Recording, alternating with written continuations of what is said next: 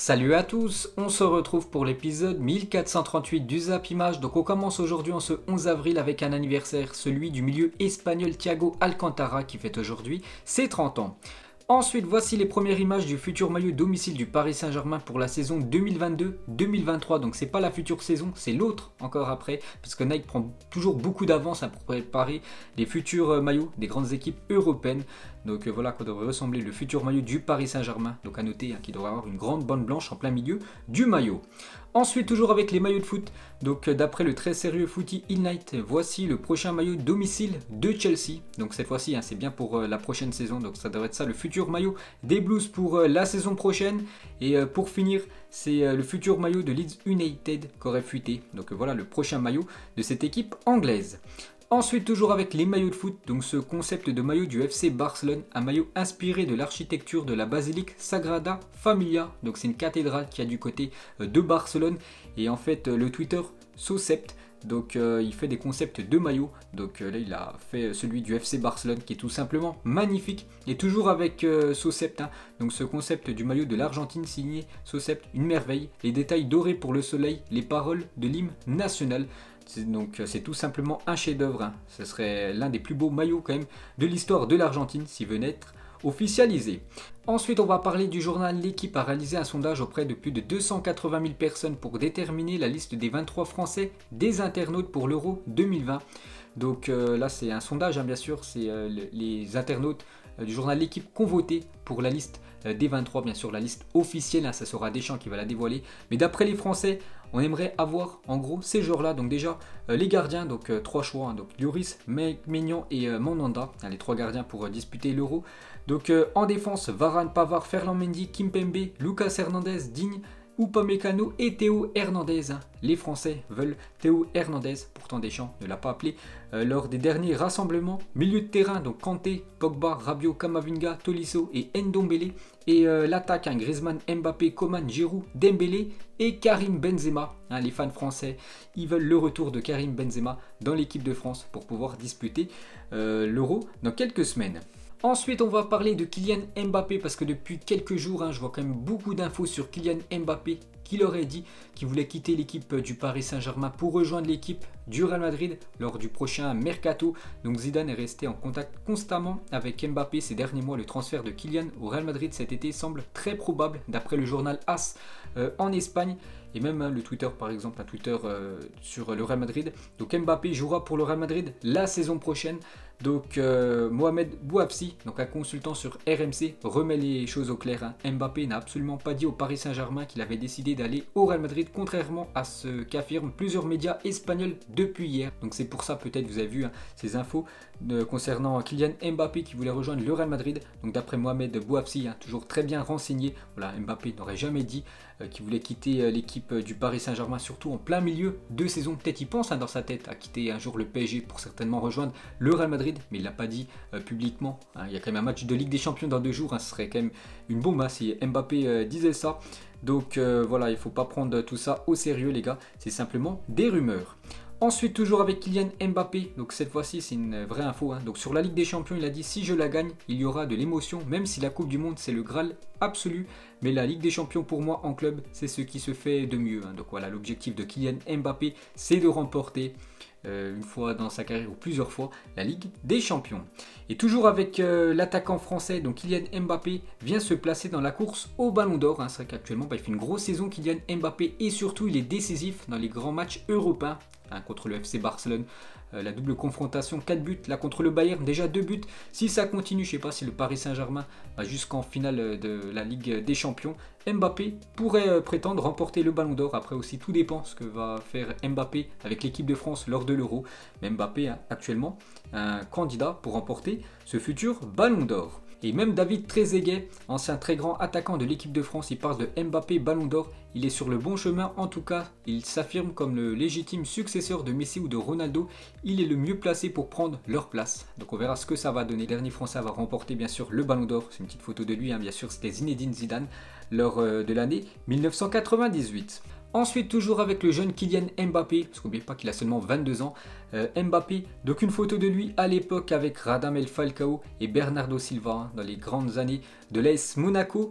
Ensuite, on va parler du classement UEFA des clubs après cette semaine de Ligue des Champions et de l'Europa League. Donc c'est toujours un classement où on prend la moyenne des 5 dernières saisons, et c'est toujours l'équipe du Bayern Munich qui a le plus de points, 132 000 points. Donc par exemple la saison dernière, le Bayern, vous savez, ils ont gagné la Ligue des Champions, ils ont remporté plus de 36 000 points. Le Paris Saint-Germain qui a été finaliste, 31 000 points. Donc plus tu vas loin en Coupe d'Europe, hein, surtout en Ligue des Champions, ça rapporte plus de points que l'Europa League, plus tu gagnes de points.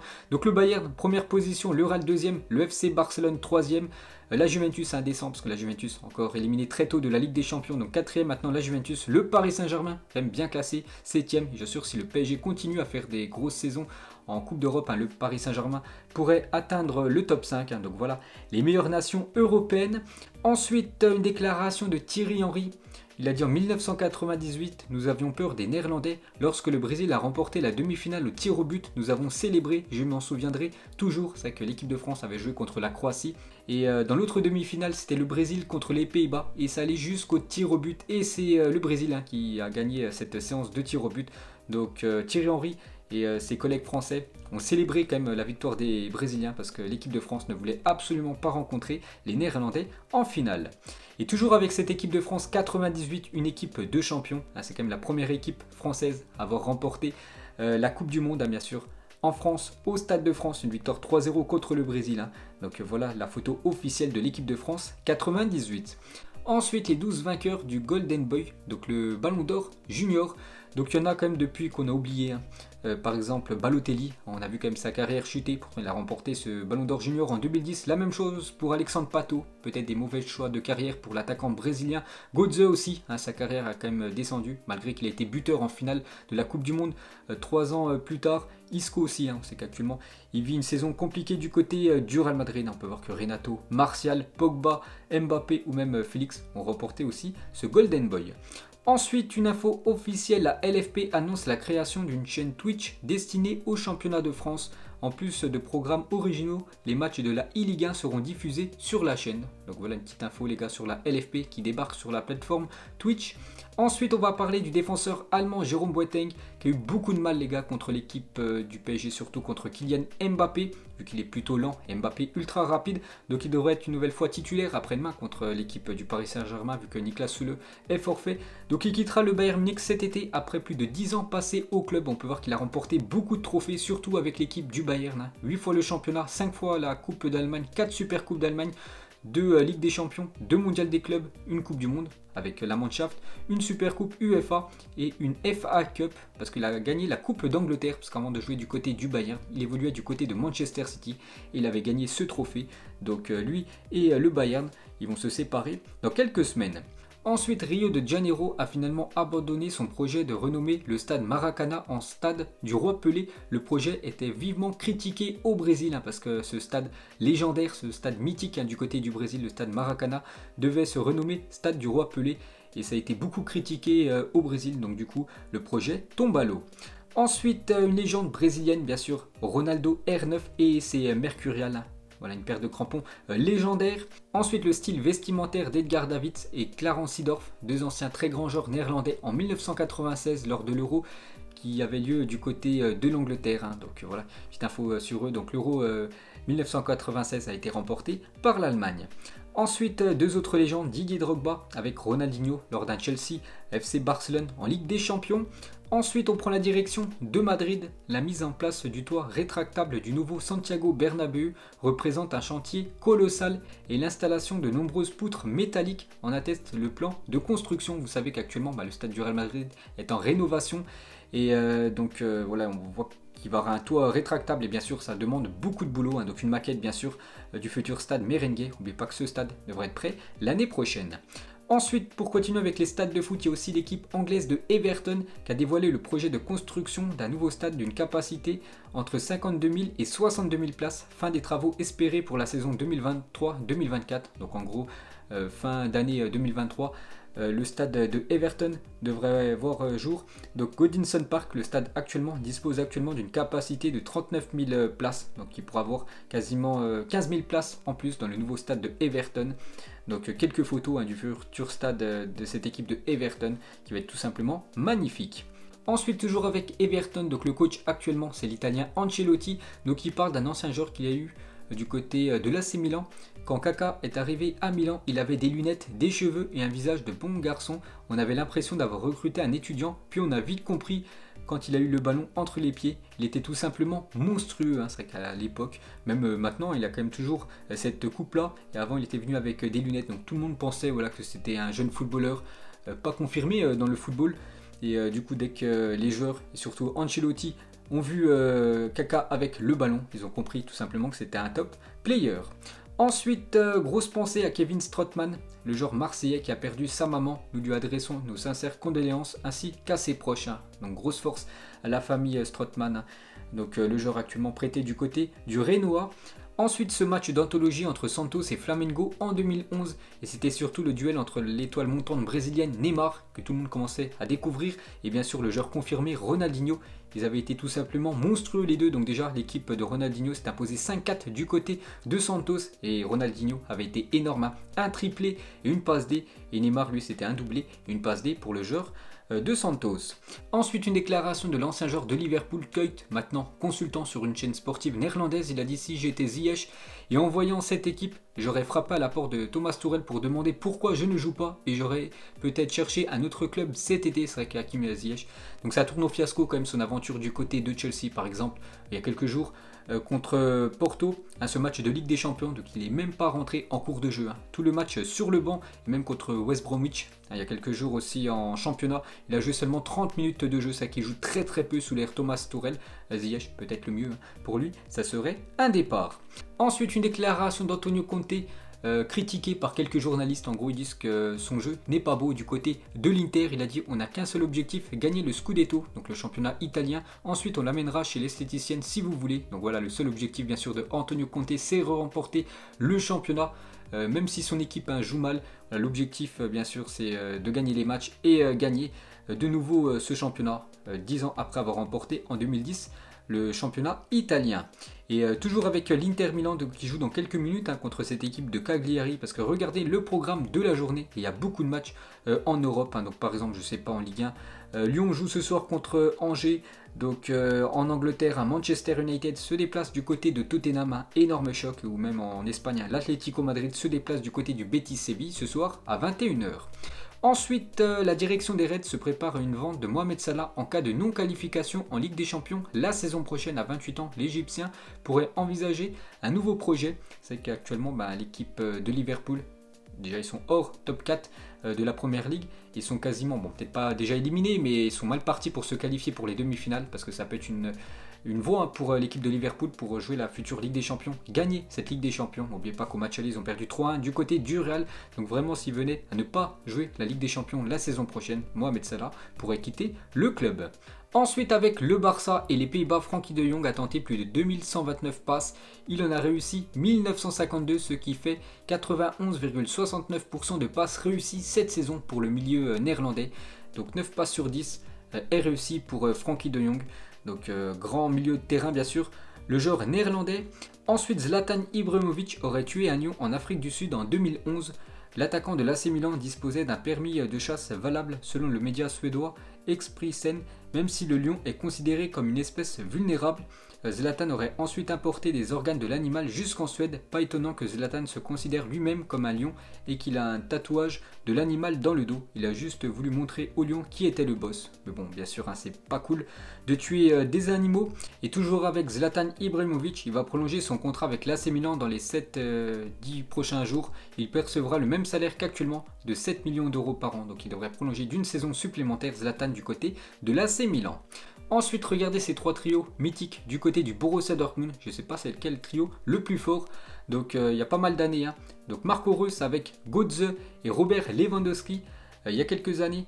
Marco Reus toujours avec Ousmane Dembélé et Pierre-Emerick Aubameyang. Et actuellement Marco Reus avec Sancho et Erling Haaland.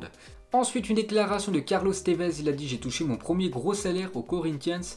J'ai acheté 10 maisons et amené tous mes oncles et tantes hors du quartier. C'est ce que j'ai fait avec mon premier gros chèque. J'ai donné à chacun sa clé sans qu'ils ne sachent rien. Je les ai tous surpris. Donc voilà ce qu'a fait Carlos Tevez dès qu'il a reçu son premier gros salaire en tant que footballeur. Donc il a fait plaisir à toute sa famille. Et toujours avec Carlos Tevez, il parle de Lionel Messi. Le football doit une Coupe du Monde à Messi. Ne pas gagner une Coupe du Monde lui fait plus mal que n'importe quel Argentin. C'est un fait. Je sais ce qu'il pense du maillot argentin, bien sûr, Lionel Messi. Donc ça sera certainement plus sa dernière Coupe du Monde l'année prochaine au Qatar. Et peut-être considéré peut-être comme l'un des meilleurs joueurs de l'histoire du football, peut-être le meilleur. Finir sa carrière sans Coupe du Monde, hein, ça serait cruel pour Lionel Messi qui était si proche en 2014 vu qu'il a atteint la finale. Ensuite, en décembre 1937, le match entre Charlton et Chelsea a été interrompu à cause d'un épais brouillard. Sam Bartram, gardien de Charlton, a continué à jouer sans se rendre compte qu'il était tout seul sur la pelouse. C'est incroyable, hein. C'est un policier qui le retrouvera sur le terrain 20 minutes plus tard. Donc voilà une petite info complètement insolite. Ensuite, l'ancien jardinier de Leicester était tout simplement incroyable. Regardez la perfection, la pelouse de Leicester il y a quelques années, vu que maintenant ils ont changé de jardinier dans cette équipe anglaise. Ensuite, le bilan incroyable de Chelsea en Ligue des Champions cette saison. Donc 9 matchs, 7 victoires, 2 matchs nuls, 0 défaite, 19 buts marqués.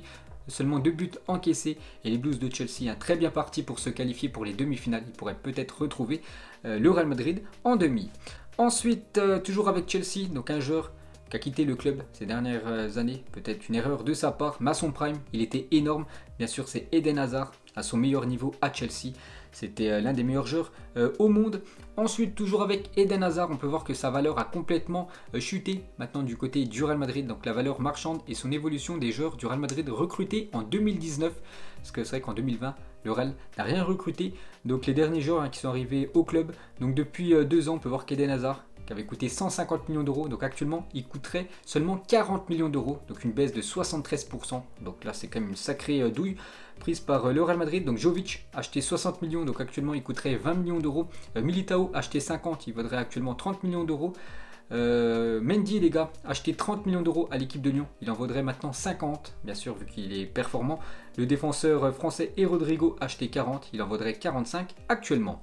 Ensuite, une déclaration de Thomas Lemar, il a dit: l'euro c'est un objectif dans ma tête qui m'a permis de me surpasser dans les moments difficiles. C'est un des gros objectifs de cette fin de saison et si on y va, c'est pour la gagner. Donc voilà la déclaration de Thomas Lemar. Il espère que Deschamps le convoquera dans la liste des 23 qui disputeront l'euro dans quelques semaines. N'oubliez pas que sur les 3 derniers matchs, donc contre l'Ukraine, le Kazakhstan et la Bosnie, donc il a joué 2 matchs en entier, les 2 derniers. Donc bien sûr Deschamps pourrait l'appeler s'il continue à être performant avec l'Atlético Madrid. Ensuite, la pire humiliation, Messi contre Boateng, Mbappé contre Piqué, Suarez contre David Luiz ou Ronaldo contre Piqué. Des moments forts ces dernières années dans le football. Ou une en bonus, bien sûr, Di Maria contre Puyol lors d'un Classico. Et pour finir les gars, mettez-moi en commentaire pour vous qui est le meilleur portugais de Première Ligue. Parce qu'il y a quand même du très très lourd. Donc Diogo Jota, Ruben Diaz, Bruno Fernandes ou Bernardo Silva. Pour vous, quel est le meilleur portugais actuellement dans le championnat anglais? Donc voilà les gars, la fin de ce Zapimage 1438. Donc si ça vous a plu, un petit like et on se retrouve demain pour le prochain épisode. Ciao à tous.